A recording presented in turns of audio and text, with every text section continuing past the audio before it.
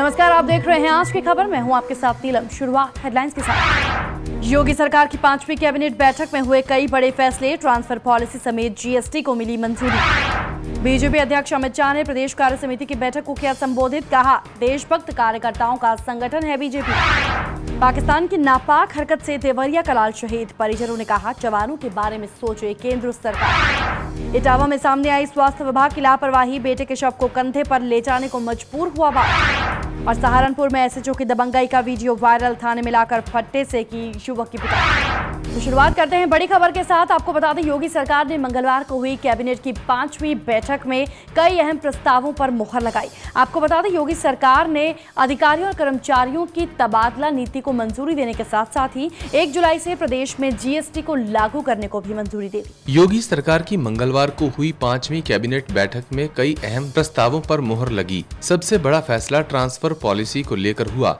जिसके तहत अब राज्य में 30 जून तक ट्रांसफर हो सकेंगे। नई पॉलिसी के तहत यूपी में लंबे समय से पदों पर जमे अफसर अब हटाए जाएंगे, जिसमें सभी वर्ग के अफसर और वर्कर्स शामिल हैं। सरकारी अधिकारियों और कर्मचारियों की वार्षिक स्थानांतरण नीति की घोषणा आज कर दी गई, जो वर्ष 2017-18 के लिए थी।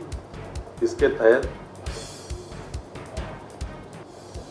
स्थानांतरण सत्र 17-18 में जनपद में 3 वर्ष और मंडल में 7 वर्ष पूर्ण करने वाले समूह का एवं खा के अधिकारियों के स्थानांतरण किए जाने का प्रावधान किया जा रहा है। कैबिनेट में माल और सेवा कर विधेयक जीएसटी पर भी चर्चा हुई और फैसला लिया गया कि इसे आगामी विधानसभा सत्र में बिल को पारित किया जाएगा। आज कैबिनेट में एक बहुत महत्वपूर्ण विषय और लाया गया।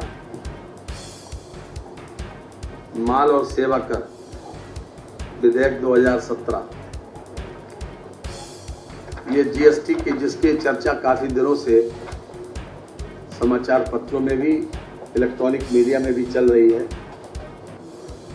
उसको आज कैबिनेट ने अनुमोदित किया और आगामी विधानसभा के सत्र में इसको पारित किया जाएगा। साथ ही सरकार की 5वीं कैबिनेट मीटिंग में यूपी दिवस मनाए जाने पर भी निर्णय लिया गया। अब हर साल 24 जनवरी को यूपी दिवस मनाया जाएगा। भारतीय जनता पार्टी का और योगी जी की सरकार का मानना है कि कोई भी राज्य हो या कोई भी देश हो, उसका स्वाभिमान जो होता है उसके लिए आवश्यक होता है कि उसकी एक पहचान हो, और उस पहचान के अंदर जो सबसे प्रमुख चीज होती है उसके जन्म की तिथि और उसका उत्सव और उसका दिवस मनाना।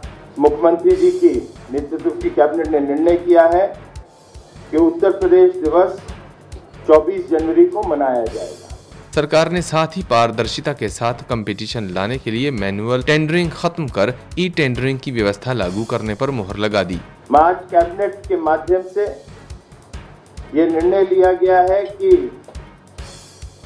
जितने भी प्रशासनिक विभाग हैं और शासकीय विभाग हैं, उनके अंदर अब ये बाध्य किया जा रहा है कि मैनुअल जो टेंडरिंग का प्रोसेस था वो खत्म होएगा और पारदर्शिता और प्रतिस्पर्धा को आगे बढ़ावा दिया जाएगा, और इसलिए ई टेंडरिंग और ई प्रोक्योरमेंट की व्यवस्था लागू की जाएगी। योगी कैबिनेट ने इन फैसलों के साथ कई और अहम प्रस्तावों को पास किया। योगी सरकार से लोगों की उम्मीदें बेहद ज्यादा हैं और योगी सरकार भी फुल एक्शन में दिख रही है, लेकिन बड़े फैसलों से जनता को कितनी राहत मिलेगी, ये तो आने वाला समय ही बताएगा। लखनऊ से अनिल सैनी, पंजाब केसरी टीवी। यूपी विधानसभा चुनाव में मिली प्रचंड जीत के बाद बीजेपी की पहली प्रदेश कार्य समिति की बैठक को बीजेपी अध्यक्ष अमित शाह ने संबोधित किया। आपको बता दें, इस मौके पर बीजेपी अध्यक्ष अमित शाह ने कहा कि बीजेपी देशभक्त कार्यकर्ताओं का संगठन है। रिपोर्ट देखिए। उत्तर प्रदेश विधानसभा चुनाव में मिली प्रचंड जीत के बाद लखनऊ में बीजेपी की 2 दिवसीय प्रदेश कार्य समिति का आयोजन किया गया। प्रदेश कार्य समिति के अंतिम दिन बीजेपी अध्यक्ष अमित शाह ने पार्टी नेताओं से लेकर कार्यकर्ताओं को संबोधित किया। उन्होंने कहा कि बीजेपी देशभक्त कार्यकर्ताओं का संगठन है। यूपी चुनाव में एक भी दिन बीजेपी का कार्यकर्ता कुर्सी पर नहीं बैठा। इन्हीं कार्यकर्ताओं की मेहनत से पार्टी आज यहां तक पहुंची है। वहीं अमित शाह ने प्रधानमंत्री नरेंद्र मोदी की भी जमकर सराहना की।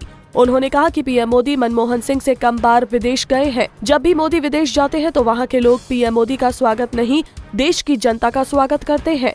साथ ही उन्होंने पिछली सरकारों पर हमला बोलते हुए कहा कि उन्होंने देश में जातिवाद, परिवारवाद और तुष्टीकरण की राजनीति की है, जिसे प्रदेश की जनता ने 2017 विधानसभा चुनावों में बीजेपी को 325 सीटें देकर खत्म किया है।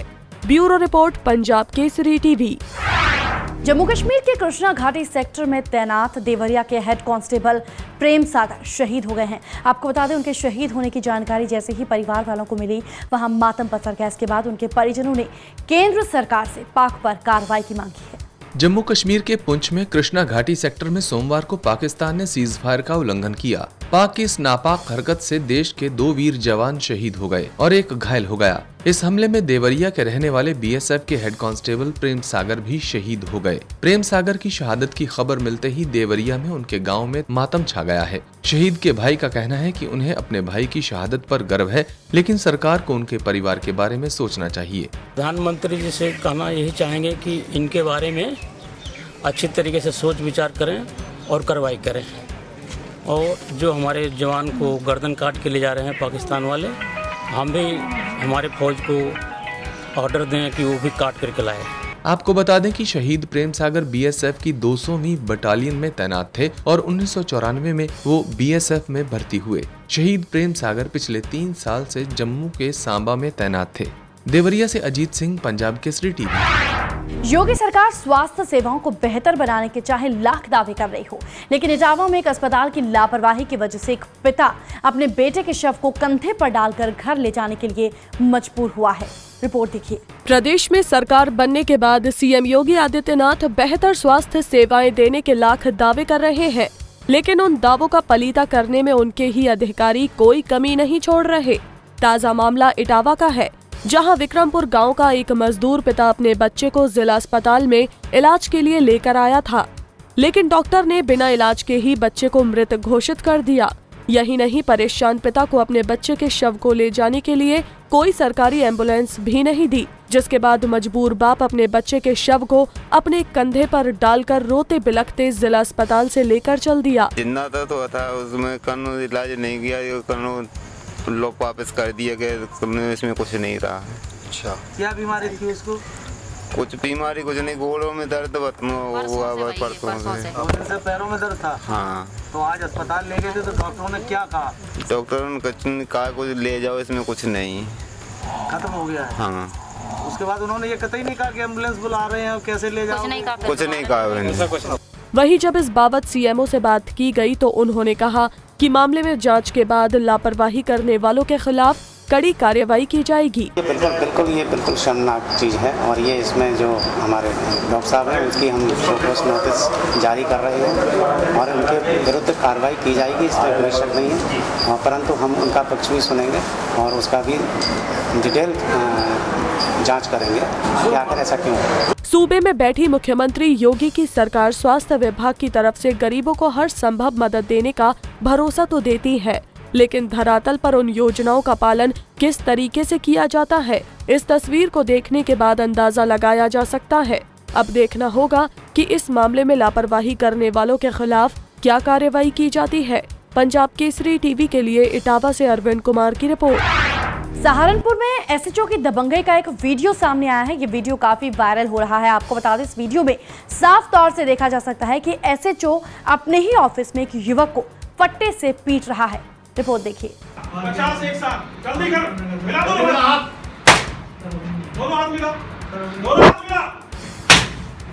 तस्वीरें जो आप देख रहे हैं ये सहारनपुर की कोतवाली मंडी की हैं, जहां एक एसएचओ युवक को अपने ही ऑफिस में फट्टे से पीट रहा है। दरअसल खुद को बीजेपी कार्यकर्ता बताने वाले प्रशांत गुप्ता ने एक व्यक्ति से पब्लिक स्कूल में एडमिशन कराने के नाम पर 25,000 रुपए लिए थे। आरोप है कि प्रशांत ने न तो एडमिशन करवाया और न ही पैसे वापस किए, जिसके बाद पीड़ित ने थाने में इस मामले की शिकायत की। पुलिस ने आरोपी प्रशांत को थाने में बुलाया और कोतवाल साहब खुद ही सजा देने लगे।